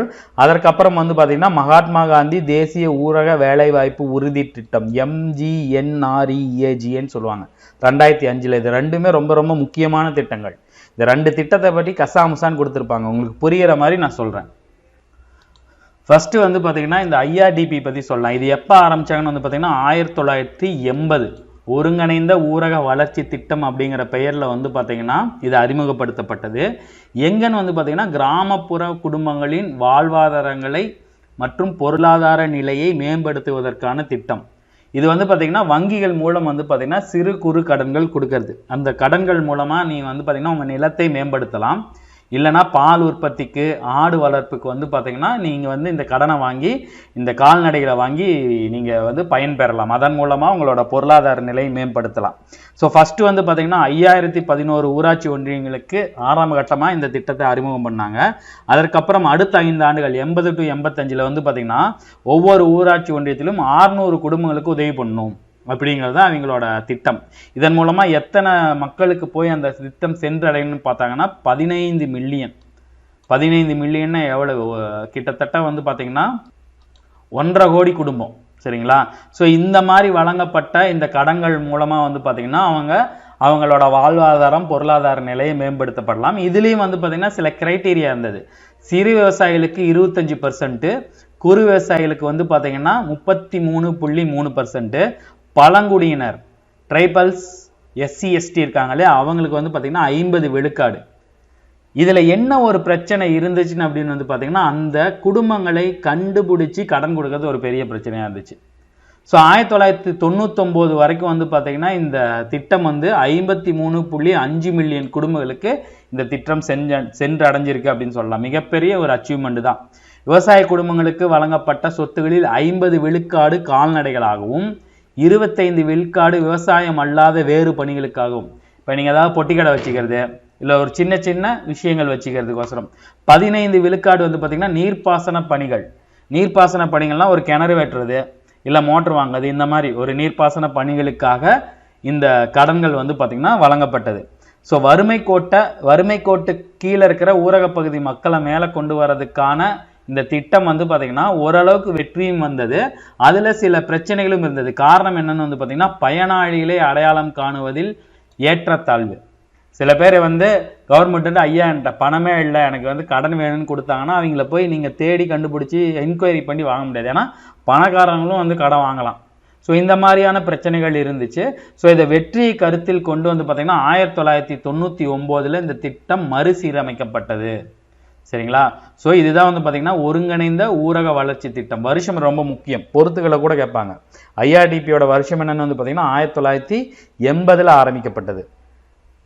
ஸோ அதற்கப்புறம் அறிமுகம் செய்யப்பட்ட இன்னொரு மிகப்பெரிய ஒரு திட்டம் எதுன்னு வந்து பார்த்தீங்கன்னா மகாத்மா காந்தி தேசிய ஊரக வேலைவாய்ப்பு உறுதி சட்டம் 2005. சரிங்களா? ஸோ 100 நாள் வேலை திட்டம் இருக்குல்ல, இப்போ வரைக்கும் வந்து பார்த்தீங்கன்னா அது சக்ஸஸ்ஃபுல்லாக போயிட்டு இருக்கு. இந்த திட்டம் எதற்கு ஆரம்பிச்சாங்கன்னு வந்து பார்த்தீங்கன்னா கிராமப்புற ஊரக மக்களின் வாழ்வாதாரத்தை வந்து மேம்படுத்தும் பொருட்டு. சரிங்களா? ஆரம்பத்தில் இதோட திட்டத்தோட பேர் என்னன்னா தேசிய ஊரக வேலைவாய்ப்பு உறுதி சட்டம் தான் இருந்துச்சு. அதற்கு பின்னாடி தான் மகாத்மா காந்தி அப்படின்னு சொல்லி மாற்றினாங்க. இது எப்போ ஆரம்பிச்சாங்கன்னு வந்து பார்த்தீங்கன்னா 2005. ரொம்ப ரொம்ப முக்கியம் இந்த வருஷம், 2005 இப்போ வரைக்கும். அதாவது இந்த திட்டத்தோட நோக்கம் என்ன அப்படின்னு வந்து பார்த்தீங்கன்னா உடல் உழைப்பு வேலை செய்ய தகுதியாக இருக்க குடும்பங்கள்ல இருந்து யாராவது ஒருத்தர் வந்து பார்த்தீங்கன்னா இந்த திட்டத்தின் கீழே வந்து பயனடையலாம். அவங்களுக்கு வந்து பார்த்தீங்கன்னா 365 நாள்ல 100 நாள் வந்து பார்த்தீங்கன்னா அவங்க வேலைக்கு வந்து பார்த்தீங்கன்னா இவங்க கொடுப்பாங்க. இந்த வேலை எதை தொடர்ந்து இருக்குன்னா வேளாண் பணிகள் மட்டும் இல்லாம இந்த ஏரிகளை தூர்வாடுறது, முட்மரங்களை வெட்டுறது, அதாவது எப்படி விவசாய பணிகள் இல்லாம விவசாய இப்போ சில வருஷத்துல சில நாள்ல வந்து பார்த்தீங்கன்னா உங்களால விவசாயம் பண்ண முடியாது. அதாவது மழை பெறாத இப்போ சம்மர் சீசன்லாம் நீங்க நிறைய பயிர்களை வந்து பயிரிட முடியாது. அந்த மாதிரி சமயத்துல வந்து பார்த்தீங்கன்னா இவங்களுக்கு வேலை கொடுக்கறது. ஸோ எல்லா ஏழை குடும்பங்களும் பயனடையணும் அப்படிங்கிறதுக்காக கொண்டு வரப்பட்ட திட்டம். இதுல வந்து பார்த்தீங்கன்னா ஒருத்தர் போய் ரிஜிஸ்டர் பண்ணிக்கணும். யாராவது ஒரு குடும்பத்தில் இருக்கிற யாராவது ஒரு வயது வாய்ந்த நபர், அதாவது 18 வயசுக்கு மேலே அவங்களோட ஐடி ப்ரூஃப் இருக்கு இல்லையா, அதை கொடுத்து பண்ணதுக்கப்புறம் கிராமத்தில் அதற்குன்னு ஒருத்தர் இருப்பார், உள்ளாட்சித்துறை நிர்வாகி இருப்பாங்க. அவங்ககிட்ட நீங்கள் கொடுத்ததுக்கப்புறம் 15 நாளுக்குள்ள உங்களுக்கு வந்து பார்த்தீங்கன்னா இவங்க வேலை வந்து அலோகேட் பண்ணணும். அப்படி இல்லை அப்படின்னா 15 நாளுக்கு அப்புறம் நீங்கள் வேலைக்கு அவங்க கூப்பிடலனாலும் நீங்கள் அந்த பணத்தை வந்து பார்த்தீங்கன்னா பெறதுக்கு தகுதியானவங்க. அது வந்து பார்த்தீங்கன்னா டெய்லியும் தினக்கூலியாக உங்கள் கையில் கொடுக்க மாட்டாங்க. அந்த திட்டத்துக்கு அந்த வேலைக்கு போகிறவங்களுக்கு வாரம் ஒரு தடவை வந்து பார்த்தீங்கன்னா அவங்களுக்கு பேங்கில் வர வச்சுருவாங்க. நீங்கள் வாரம் போய் அந்த பணத்தை வந்து கரெக்டாக நீங்கள் எடுத்துக்கணும். இதுதான் வந்து பார்த்தீங்கன்னா மகாத்மா காந்தி தேசிய ஊரக வேலைவாய்ப்பு உறுதி திட்டம். இந்த உறுதி திட்டத்தில் பெண்கள் வந்து பார்த்தீங்கன்னா அதிகப்படியாக இருக்கணும். 3ல் ஒருத்தர் வந்து பார்த்தீங்கன்னா பெண்களாக இருக்கணும். அது மட்டும் இல்லாமல் அவங்களுக்கு வேலை கொடுக்கக்கூடிய பகுதி வந்து பார்த்தீங்கன்னா அவங்களோட வீட்டில இருந்து 5 கிலோமீட்டர் தொலைவிற்குள்ள இருக்கணும். சரிங்களா? இதுல இன்னொரு விஷயம் என்னன்னு வந்து பார்த்தீங்கன்னா இது இடைத்தடகள்லாம் கிடையாது. நீங்களா டைரெக்டா போய் அந்த ஊராட்சியில் யார் இருக்காங்களோ அவங்ககிட்ட போய் கொடுத்து ரிஜிஸ்டர் பண்ணிக்கணும். இல்லை வந்து உங்களை ரிஜிஸ்டர் பண்ணி கொடுக்குறேன் அப்படிங்கிற தரகர்கள் யாரும் இல்லை. தரகர்களை ஒழிக்கிறதுக்காக தான் வந்து பார்த்தீங்கன்னா இது அந்த அளவுக்கு கொண்டு வந்தாங்க. இதுல வந்து பார்த்தீங்கன்னா 60-40 பெண்களா இருக்கணும். அதாவது 3ல் 1 பகுதியினர் பெண்களா கண்டிப்பா இருக்கணும். உண்மை சொல்லணும்னா 100 நாள் வேலைக்கு திட்டத்துல போறவங்க பெரும்பாலும் பெண்கள் தான். நான் கிராம சைடு பார்த்துருக்கேன், 90% வந்து பார்த்தீங்கன்னா பெண்கள் தான் வேலைக்கு போவாங்க. ஸோ இப்போ நான் ஷார்ட்டாக சொன்னதை இவ்வளோ தூரம் கொடுத்துருப்பாங்க. 100 நாள் வேலை திட்டத்தை பற்றி நீங்கள் தெரிஞ்சுக்க வேண்டியது இதுதான். அதாவது எப்படின்னா 18 வயசுக்கு மேலே உள்ளவங்க, குடும்பத்திலிருந்து ஒருத்தர், வறுமை கோட்டு கீழே இருக்கிறவங்க, அவங்களோட ஆண்டு வருமானம் இவ்வளோதான் இருக்கணும் அப்படிங்கிற மாதிரி அதற்கும் சில ரெஸ்ட்ரிக்ஷன் இருக்கு. 15 நாளுக்குள்ள அவங்களோட ரேஷன் கார்டோ ஏதாவது ஒரு ப்ரூஃப் ஃபோட்டோலாம் கொடுத்து அதில் ஜாயின் பண்ணிக்கணும். 15 நாளுக்குள்ள அவங்க அவங்களை வேலைக்கு கூப்பிடணும். அப்படி இல்லைன்னா ஊதியம் பெற தகுதியானவங்களா இருப்பாங்க. அவங்க அந்த குழுக்கள் இருக்கு இல்லையா, அந்த கிராம குழுக்கள், அதை வந்து நிர்வாகம் செய்யக்கூடியது வந்து பார்த்தீங்கன்னா அந்த கிராமத்தில் இருக்கிற வளர்ச்சி அலுவலரோட பொறுப்பு. இந்த கிராமத்துல இத்தனை பேர்ப்பா அப்படின்னு செலக்ட் பண்றது அவங்களோட பொறுப்பு. சரிங்களா? அதுல 3ல் 1 பகுதியினர் பெண்களா இருக்கணும். கிட்டத்தட்ட 60-40. இதுல வந்து பாத்தீங்கன்னா வேலை செய்ய திறன் குறைந்தவர்கள் அதிகம் அப்படிங்கிற கேட்டகரியெல்லாம் இருக்கு. அதெல்லாம் புக்கில் கொடுக்கல, அதெல்லாம் நமக்கு தேவையில்லை. ஸோ வருஷத்தை மட்டும் நீங்க ஞாபகம் வச்சுங்க. நான் சொன்ன பாயிண்ட்ஸ் எல்லாம் ஞாபகம் வச்சுங்க. வங்கி கணக்குல தான் டைரக்டா பணம் செலுத்துவாங்க. யாரு கையிலையும் டைரக்டா பணம் கொடுக்க மாட்டாங்க. வங்கி கணக்குல ஒரு வாரத்துக்குள்ள பணம் செலுத்திடுவாங்க. நீங்க அதை உடனே போய் எடுத்துக்கணும். ரொம்ப ஸ்டாக் வச்சு நீங்க எடுக்க முடியாது அந்த பணம். ஸோ இந்த திட்டம் எங்க அதிகப்படியாக நல்ல சக்சஸ்ஃபுல்லா போச்சுன்னு வந்து பாத்தீங்கன்னா தென்னிந்தியாவில் தான். குறிப்பா தமிழ்நாடு, ஆந்திரா, கேரளா. அதற்கப்புறம் வந்து பாத்தீங்கன்னா ராஜஸ்தான் வந்து பாத்தீங்கன்னா இது ஓரளவுக்கு சிறந்து விளங்கினது. இந்த திட்டத்தின் செயல்பாடு திறன் வந்து பாத்தீங்கன்னா இந்த தென்னிந்தியாவில் 97%. திட்டம் வந்து பாத்தீங்கன்னா 97% வெற்றி அடைஞ்சிச்சு. 2006லேருந்து 2012 காலகட்ட பகுதி, அதாவது இந்த 6 வருஷத்திலேயே எத்தனை கோடி வந்து ஊதியமா கொடுத்துருக்காங்கன்னு பார்த்தீங்கன்னா 1,10,000 கோடி. சரியா சொல்லணும்னா இப்ப இந்த வருஷம் 2022, 23 இது பட்ஜெட் வந்து பார்த்தீங்கன்னா தமிழ்நாடுக்கு மட்டுமே வந்து பார்த்தீங்கன்னா 11,000 கோடி போட்டிருப்பாங்க. ஸோ 1,00,000 கோடி பக்கமாக வருஷம் நாம் இந்த திட்டத்தின் மூலமாக மக்களுக்கு வந்து பணம் தரோம்.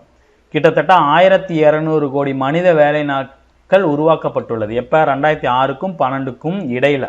இது கிட்டத்தட்ட ஒரு பழைய டேட்டா தான், புது டேட்டா வந்து இருக்குது, அது தேவையில்லை. இந்த புக்கில் இருக்கிற டேட்டாவை மட்டும் நீங்கள் பார்த்துங்க.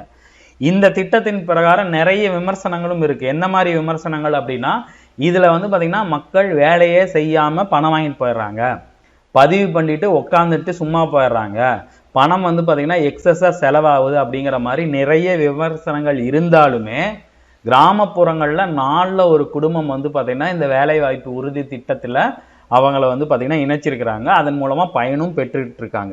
இந்த திட்டங்கள் எல்லாமே ஓரளவுக்கு மக்களோட கிராமப்புற மக்களோட வறுமையை வந்து போக்குறதுக்கு உதவி செய்யுது அப்படின்னு பார்த்தீங்கன்னா அது வந்து மிக இல்லை. ஸோ ரொம்ப முக்கியமான திட்டம், தெரிஞ்சு வச்சுங்க. இந்தியாவின் 5 ஆண்டு திட்டங்கள், அதை தான் நம்ம இப்போ பார்க்க போகிறோம். கிட்டத்தட்ட 12 5 திட்டங்கள் 1950 2017 வரை கிட்டத்தட்ட 12 5 திட்டங்கள் இந்த இடைப்பட்ட காலத்தில் போட்டிருப்பாங்க. அதை வந்து கலைச்சிட்டு தான் வந்து பார்த்திங்கன்னா நிதி ஆயோக் அப்படிங்கிற விஷயத்த மோடி கவர்மெண்ட் கொண்டு வந்திருக்கும். அதை தொடர்ந்து கல்வி எழுத்தறிவில் இந்தியா கொண்டு வந்த முன்னேற்றங்கள், பள்ளி கல்வியின் விரிவாக்கம், உயர்நிலை கல்வி, அதை தொடர்ந்து வந்து பார்த்திங்கன்னா அறிவியல் மற்றும் தொழில்நுட்பம் தொடர்பான ஐஐடி, சென்னையில் எப்படி ஐஐடி இருக்குது அதே மாதிரி கான்பூரில் இந்த மாதிரி நிறைய ஐஐடிகள் இருந்தது. அந்த ஐஐடிகள் எந்தெந்த காலகட்டங்களில் கொண்டு வந்தாங்க அப்படிங்கிறது எல்லாமே இந்த இதில் பார்க்க போகிறோம். இதோட இந்த பாடம் வந்து முடியும். கொஞ்சம் பெரிய பாடம், ஆனால் இன்ஃபர்மேஷன் கம்மியாக தான் இருக்கும். சரிங்களா? ரொம்ப சிரத்தை எடுத்து ரொம்ப எல்லாத்தையும் மனப்பாடம் பண்ணணும்னு இந்த பாடத்தை எதுவுமே படிக்காதீங்க. அப்படியே போகிற போக்கில் நமக்கு என்ன முக்கியமான தகவல்கள் தேவை அப்படிங்கிறத மட்டும் பொறுத்து இந்த பாடத்தை படிங்க. சரிங்களா? இப்போ 5 ஆண்டு திட்டங்கள், இந்தியாவில் மேற்கொள்ளப்பட்ட 5 ஆண்டு திட்டங்கள் என்ன அப்படிங்கிறத இவங்க ஒரு மாதிரி குழப்பி கொடுத்துருப்பாங்க. நமக்கு தேர்வின் அடிப்படையில் 5 ஆண்டு திட்டங்களை பற்றி நம்ம தெரிஞ்சுக்கணும் அப்படிங்கிறத பார்க்கலாம். இதோட வந்து பார்த்திங்கன்னா இன்னும் 11th வந்து பார்த்திங்கன்னா 5 ஆண்டு திட்டங்களை தனித்தனியாக கொடுத்துருப்பாங்க. அதில் படிக்கும்போது கொஞ்சம் ஈஸியாக இருக்கும். முதலாவது 5 ஆண்டு திட்டம் யார் மாதிரியில் கொண்டு வந்தாங்க, எந்த வருஷம், அதோட வளர்ச்சி, அது எப்போ எதை வந்து பார்த்திங்கன்னா ஃபோக்கஸ் பண்ணாங்க. ஃபஸ்ட்டு வந்து பார்த்திங்கன்னா விவசாயத்தை பண்ணியிருப்பாங்க, அடுத்து தொழில்துறை வளர்ச்சி, அதற்கப்புறம் வந்து பார்த்திங்கன்னா விவசாயம் ப்ளஸ் தொழில்துறை, அதற்கப்புறம் கலப்பு பொருளாதாரம் கொண்டு வந்திருப்பாங்க, அதற்கப்புறம் பார்த்திங்கன்னா வறுமை ஒழிப்பு திட்டங்கள், தனிநபர் வருமானம், இந்த மாதிரி ஒவ்வொரு 5 ஆண்டு திட்டத்திலையும் ஒவ்வொரு விஷயத்தை ஃபோக்கஸ் பண்ணியிருப்பாங்க. அதில் சில வெற்றியும் அடைந்திருப்பாங்க. அது எல்லாமே மற்ற புத்தகத்திலையும் இருக்கும். இதில் வந்து பார்த்திங்கன்னா கொஞ்சம் குழப்பி கொடுத்துருப்பாங்க. ஸோ தேர்வின் அடிப்படையில் அது எப்படி வந்து நம்ம பார்க்கலாம்ங்கிறத மட்டும் இப்போ இந்த வீடியோ பதிவில் நம்ம பார்ப்போம். ஸோ 5 ஆண்டு திட்டங்கள் எங்கேருந்து எடுத்துக்கொள்ளப்பட்டதுன்னு வந்து பார்த்திங்கன்னா சோவியத் யூனியனின் முன்னுதாரணம், அதோட ரெஃபரன்ஸ் தான். சோவியத் யூனியன் வந்து பார்த்திங்கன்னா 10 ஆண்டு திட்டங்கள் கொண்டு வந்திருப்பாங்க. சுதந்திரம் அடைந்த புதுசில் அதை நாம் எடுத்துக்கிட்டு அதன் மூலமாக கொண்டு போகலான்னு கொண்டு வரப்பட்டது 5 ஆண்டு திட்டங்கள். ஸோ முதல்ல திட்டக்குழு ஆரம்பிக்கப்பட்டது எப்போன்னு வந்து பார்த்திங்கன்னா 1950. ரொம்ப முக்கியமான ஒரு பாயிண்ட்டு, நிறைய டிஎன்பிசியில் கேட்டிருக்காங்க.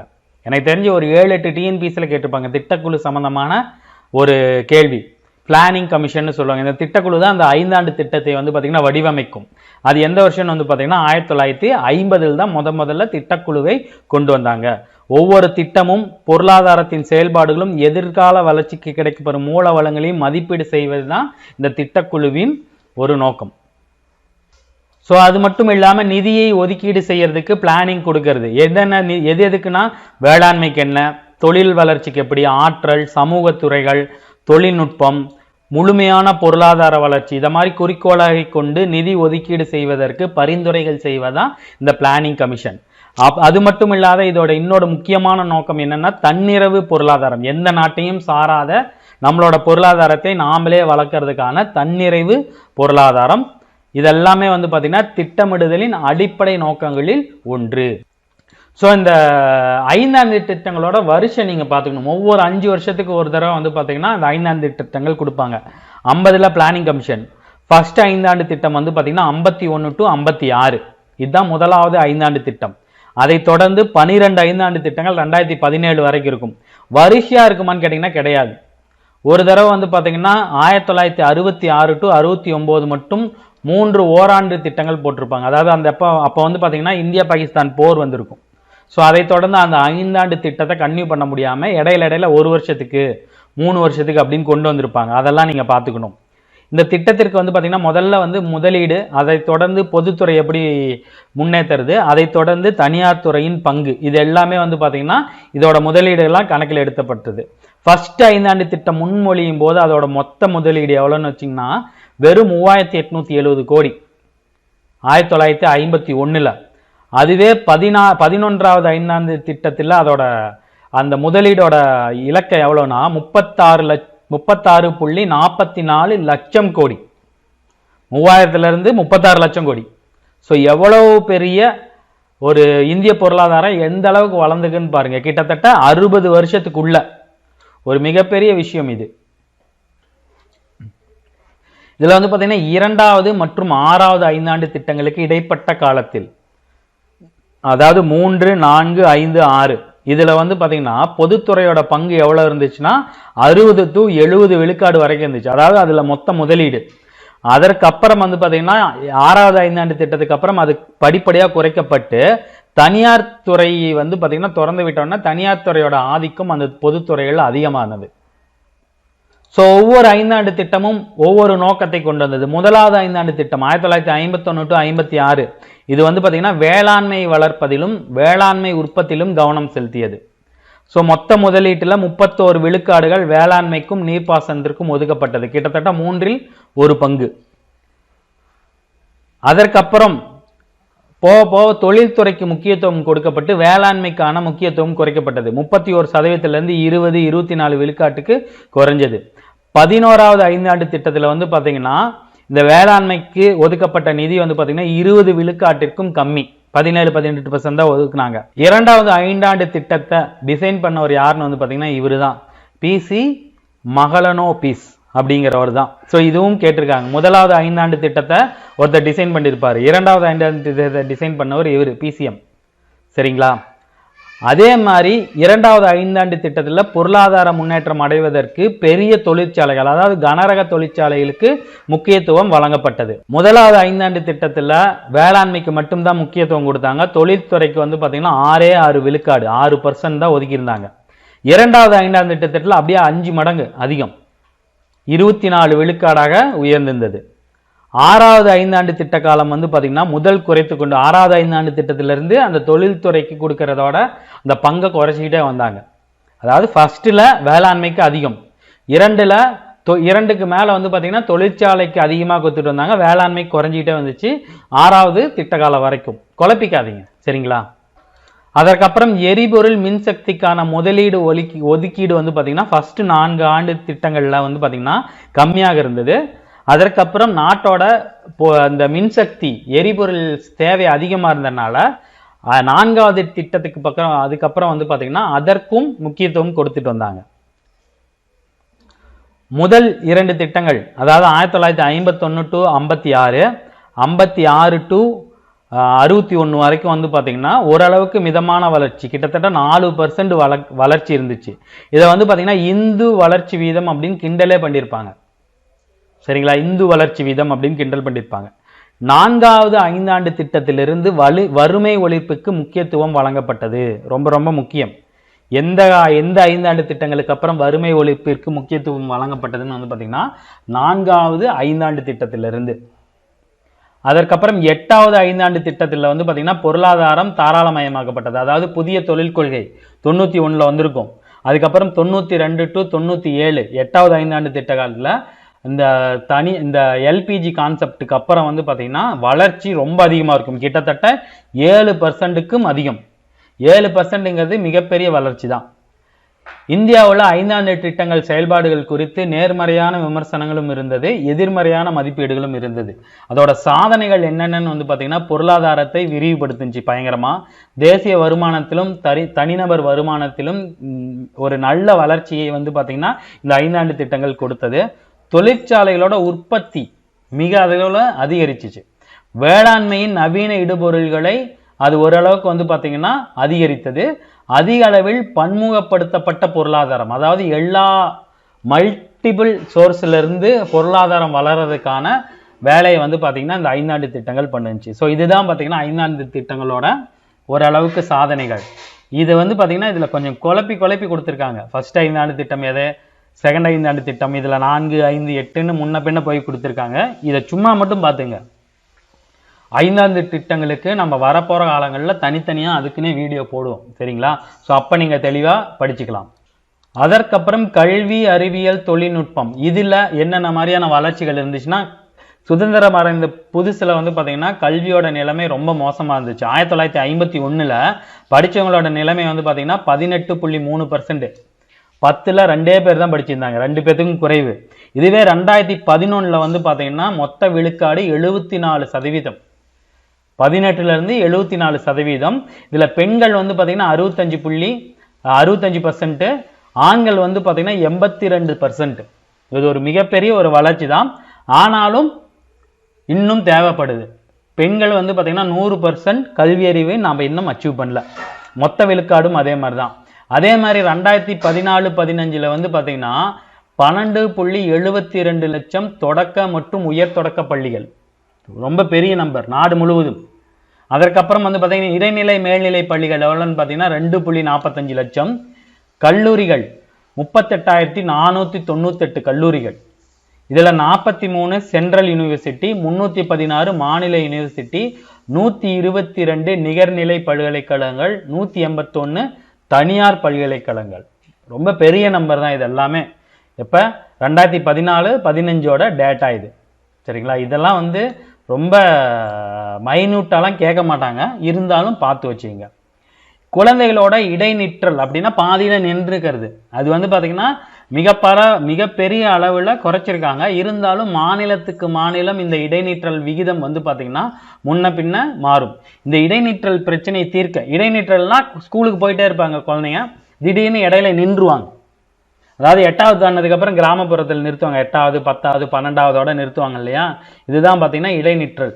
இந்த இடைநிற்றல் பிரச்சனை தீர்க்கிறதுக்காக இந்தியாவில் அரசு வந்து பாத்தீங்கன்னா நிறைய விஷயங்களை கொண்டு வந்திருக்கும். அதுல ரொம்ப முக்கியமானது அனைவருக்கும் கல்வி திட்டம் 2009ல் SSAன்னு சொல்லுவாங்க. அதுக்கப்புறம் அனைவருக்கும் இடைநிலை கல்வி திட்டம் ராஷ்டிரிய மத்மிக் சிக்ஷா அபியான் RMSA, SSA RMSA.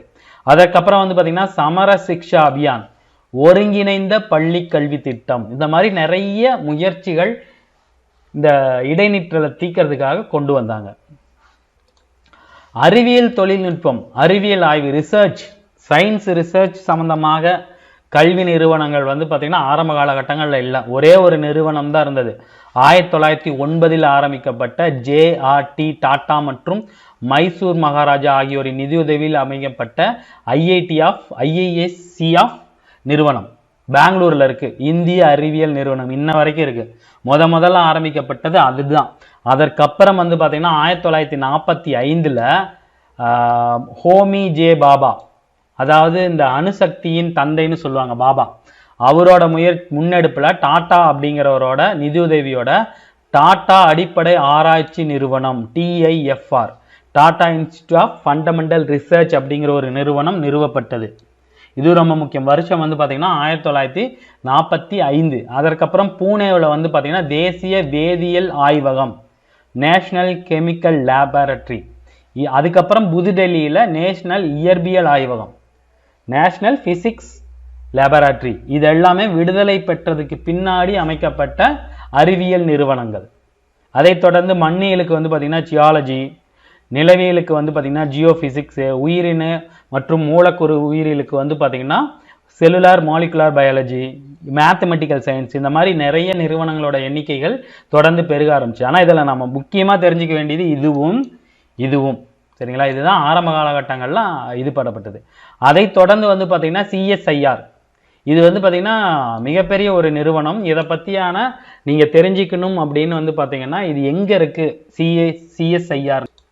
இது வந்து பாத்தீங்கன்னா புதுடெல்லியில இருக்கு. எல்லா நிறுவனங்களும் ஒற்றை கொடையின் கீழ் கொண்டு வரணும் அப்படின்னா இதுதான் வந்து பாத்தீங்கன்னா எல்லாத்துக்கும் தலைமையான ஒரு விஷயம். இந்த கோவிடுக்கு இன்ஜெக்ஷன் கண்டுபிடிக்கிறது, அறிவியல் ஆய்வகங்கள், அறிவியல் கருவிகள் கண்டுபிடிக்கிறதுக்கெல்லாம் வந்து பாத்தீங்கன்னா இதுதான் ஃபண்ட் பண்ணும் CSIR அப்படிங்கிறது. அதை தொடர்ந்து வந்து பாத்தீங்கன்னா அணுசக்தி ஆணையம், அதுவும் வந்து பாத்தீங்கன்னா மிகப்பெரிய ஒரு அணு உற்பத்திக்கு முக்கியமான ஒரு காரணம். அதுக்கப்புறம் இந்திய வேளாண் ஆய்வுக் கழகம், ஐகார்னு சொல்லுவாங்க. இது எல்லாமே வந்து பார்த்தீங்கன்னா வேளாண்மை மட்டும் இல்லாமல் அதை துணை நடவடிக்கைகளான பால் வளர்ப்பு, மீன் வளர்ப்பு, பட்டுப்பூச்சி உயிர் வளர்ப்பு, நெல், உருளைக்கிழங்கு, பழங்கள், இது எல்லாத்தையும் வந்து பார்த்தீங்கன்னா புதுசாக இந்த மரபணு மாற்றம் பண்ணப்பட்டு கொண்டு வருவாங்க இல்லையா, அதுக்கெல்லாம் வந்து பார்த்தீங்கன்னா இதுகிட்ட தான் நீங்கள் அப்ரூவல் வாங்கணும், ஐகார் அப்படிங்கிறது. இப்போ இந்தியாவில் வந்து பார்த்தீங்கன்னா மொத்தம் எத்தனை வேளாண்மை பல்கலைக்கழகங்கள் இருக்குன்னா 67 வேளாண்மை பல்கலைக்கழகங்கள். இது 3 வந்து பார்த்தீங்கன்னா தமிழ்நாட்டில் இருக்குது. ரொம்ப ரொம்ப முக்கியமான ஒரு பாயிண்ட்டு. இந்தியா முழுவதும் எத்தனை வேளாண்மை பல்கலைக்கழகங்கள்னா 67, 3 தமிழகத்தில் இருக்கு. அதை தொடர்ந்து IIT, Indian institute of technology, இங்கே எங்கே இருக்குன்னா சென்னையில் இருக்கு. அதுக்குன்னு வந்து பார்த்தீங்கன்னா நீட்டு மாதிரியே JEEன்னு ஒரு நுழைவுத் தேர்வு இருக்குது. ஐஐடிலாம் படித்து முடித்தாங்க அப்படின்னா முடித்த உடனே அவங்களுக்கு வந்து பார்த்திங்கன்னா மாதம் 5 லட்சம் 10 லட்சத்தில் சம்பளம் கிடைக்கும், சம்பளத்தில் வேலை கிடைக்கும். ஐஐடி ஸ்டூடெண்ட்னாவே தனி மதிப்புன்னு சொல்லுவாங்க. அது வந்து பார்த்திங்கன்னா மெடிக்கலோட மேலே.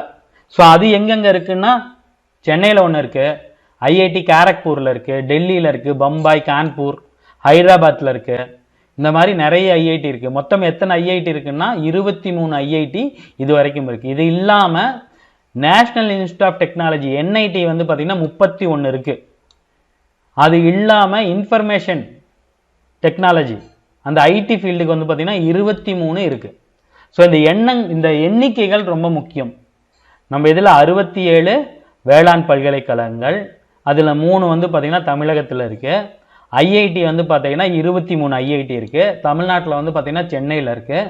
ரொம்ப பேர் போனது வந்து பார்த்திங்கன்னா கான்பூர், ஹைதராபாத்து, பம்பாய், டெல்லி ஐஐடி. அதற்கப்புறம் வந்து பார்த்திங்கன்னா NIT national institute of technology வந்து பார்த்திங்கன்னா 31 இருக்குது. அதுக்கப்புறம் இன்ஃபர்மேஷன் டெக்னாலஜி ஐடிக்கு வந்து பார்த்திங்கன்னா 23 இருக்குது. சரிங்களா? இந்த மாதிரியான எல்லா முன்னேற்றங்கள் இந்தியாவில் இருந்தாலுமே நம்ம கூட சுதந்திரம் அடைந்த சைனாவோட முன்னேற்றம் நம்மளோட ரொம்ப அதிகமாக இருக்குது. அதை எட்டி பிடிக்க நம்ம இன்னும் நிறைய வேலை செய்யணும் அப்படிங்கிற மாதிரி இந்த பாடத்தை முடிச்சிருக்காங்க. சரிங்களா? ரொம்ப ரொம்ப முக்கியமான, அதே மாதிரி தகவல்கள் கம்மியாக தான் இருக்கும், ஆனால் பாடம் பெருசாக இருக்கும், தகவல்கள் கம்மியாக தான் இருக்கும். 1 மணி நேரம் ஸ்பெண்ட் பண்ணிங்கன்னா அந்த பாடத்தை முடிச்சிடலாம். சரிங்களா? ஸோ இதோட வந்து பார்த்தீங்கன்னா அந்த பாடம் உங்களுக்கு முடியுது. இந்த வீடியோ உங்களுக்கு பயனுள்ளதாக இருக்கும்னு நினைக்கிறேன். இதே மாதிரி அடுத்த ஒரு வீடியோ பதிவில் நம்ம சந்திப்போம்.